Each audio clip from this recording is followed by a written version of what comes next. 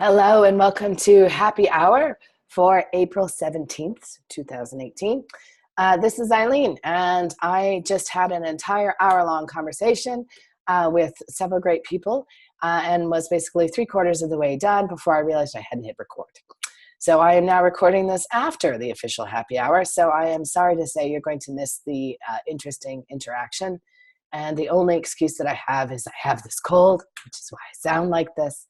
And I'm on a lot of over-the-counter medication. But I did want to record some of the things that we talked about just because I think it'll be useful.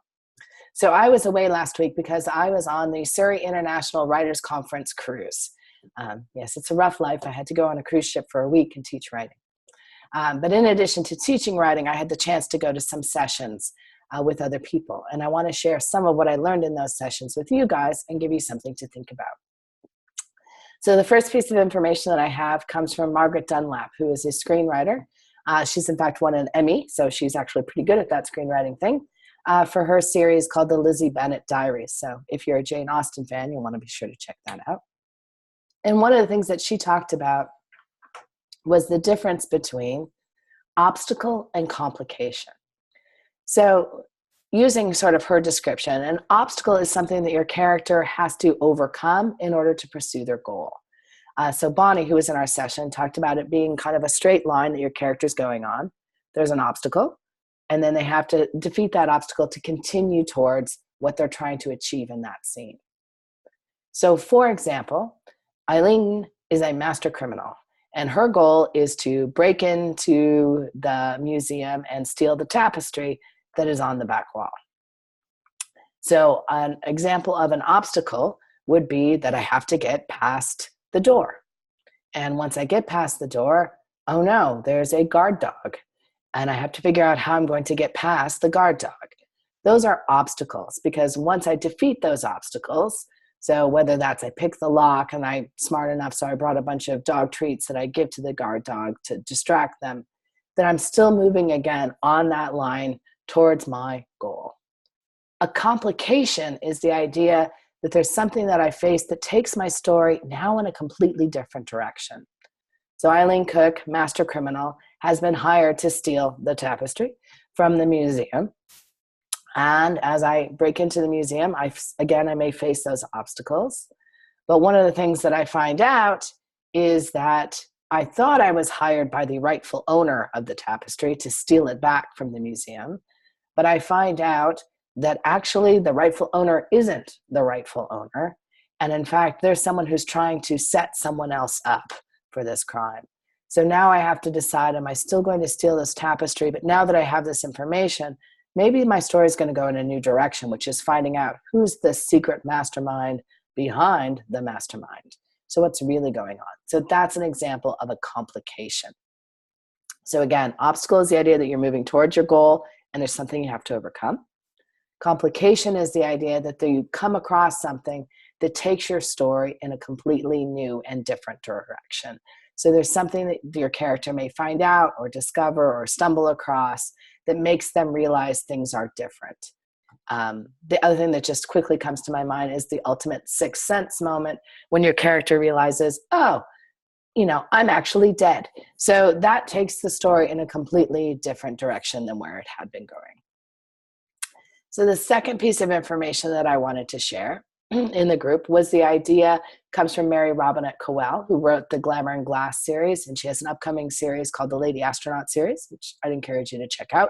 I had a chance to get a little bit of a preview on that, so I feel like I'm in the know. And Mary talked about sort of 4 different things that may happen to your character in a particular scene. So they have something that they're trying to achieve. Eileen is trying to break into the museum. So a few things can happen. Yes, Eileen breaks into the museum. Success. No, Eileen cannot get into the museum. No. The other options include yes, but Eileen breaks into the museum, but there's a guard dog inside. Or you can have no and. Eileen attempts to break into the museum, isn't able, and she learns that the person who hired her isn't who they said they were. So those are just kind of some different ways as you're approaching a scene with a character that you might think about what those different options are. yes, no, yes, but, no, and. So those are some kind of prompts that may help you when you're setting up a scene. Now, the other thing we talked about in that session was the idea of conflict, and that the idea that your character is pursuing something in a scene, they have a goal that they're going after. So I set up for people in that group a prompt. So the first thing that I said is, what is it that your character wants to achieve in this scene? So for example, Tony, who was participating, talked about his character who wants to get his injured friend and himself out of a bunker at the very sort of climax scene of the book. So they are trying to escape bad guys and henchmen. And then at first I had people just brainstorm, what are all the different kinds of things that could happen to his character in that moment? So the lights could go out. There could be a killer robot. We kind of decided that wasn't a good idea, but there could be a killer robot. There could be a K9 unit. He could realize he lost the access card, which would unlock a particular door, but coming up with different obstacles. Once we had those obstacles, we then also looked at what other things could happen. And this is the idea of sort of competing interest. And this comes from Don Moss, who's a literary agent. But he talks about quite often is that internal conflict. So there's something that your character wants, but they may also want the opposite thing, and they may have a difficulty achieving both. Now, the example that I use most common is how many people would like to lose weight or be more fit? And in most cases, when I ask that question in a conference, I get a lot of show of hands and people are like, totally me. Yep, that's me. I would like to do that. And then I ask the question, is there anyone who's unclear on how that's actually done? So you need to eat less and exercise more. Now, you might need to gather more information. You might need to learn about a particular type of diet, or you may want to learn more about nutrition, or you may want to get a personal trainer to help you set up an exercise plan. But those are just obstacles. Those are things you could overcome.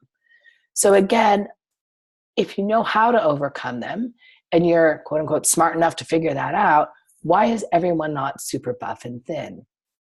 And that is because for many of us, we also want the opposite thing.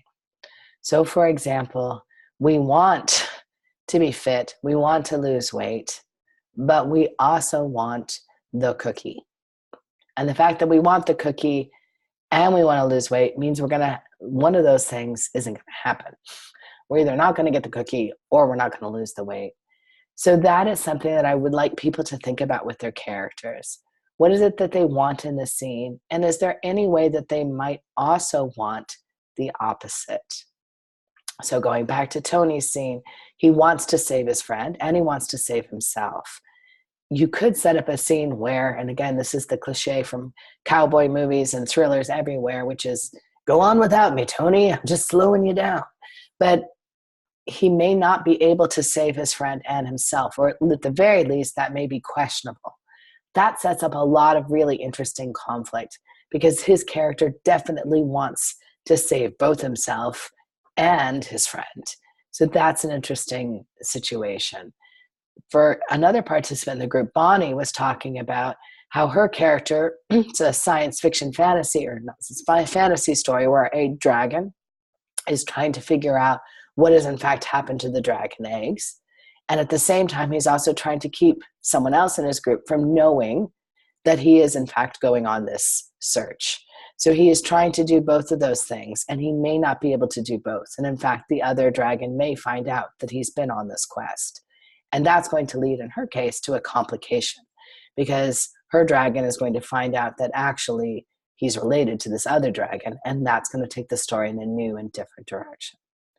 So my homework assignment, sorry about the voice there, my homework assignment for people was to take a couple scenes in your manuscript, identify what it is your main character is trying to achieve in that manuscript, think about what kind of obstacles they may face, and the process of brainstorming often leads us to some new and interesting things, so take that on. But then also spend some time and think about, is there any underlying reason why they may not want to achieve that goal? And they may not be willing to admit that to themselves. So this is why it can be hard to admit, oh, I actually want the cookie. That can be a very difficult thing to admit to ourselves. And so we often will have a narrative that we tell ourselves. So instead of saying, yeah, I want to lose weight, but I also want to have the cookie, we'll say things like, oh, it's in my family. We just put on weight so easily. Or I totally would get to the gym, but I have these kids and it's so hard. I got to get them ready for school and then I've got to go to work. We come up with excuses and things that we tell ourselves about why we're not actually achieving that goal. So for your character, it may be some fear-based. If I go after this goal and I fail, what does that say about me? If I try and do this and I let myself down, what is that saying? What do I potentially risk if I try this and it doesn't go well? So think about that. So for yourself even, it might be like, my goal is that I want to finish this writing project. But maybe have a moment around what kind of things might be going on. So you may 100% want to finish this writing project, but you also want to spend time with your family and friends. And sometimes doing both of those things feels hard. So you feel like you're not a good parent if you're spending too much time on your manuscript. So just identifying those two sides, goal, thing that may be opposite of that, and how someone might be reconciling those two things. So sorry this had to be a summary. You missed all the riveting interaction that was between people, as well as some pictures of some creme brulees, which was never a bad thing. And next week, I will hopefully not be on cold medication, and we'll remember to record the whole stinking thing. But this should at least get you started. So think about obstacles, complications, what your character wants, what's getting in the way of that, and what may be getting in the way of that on the inside for them.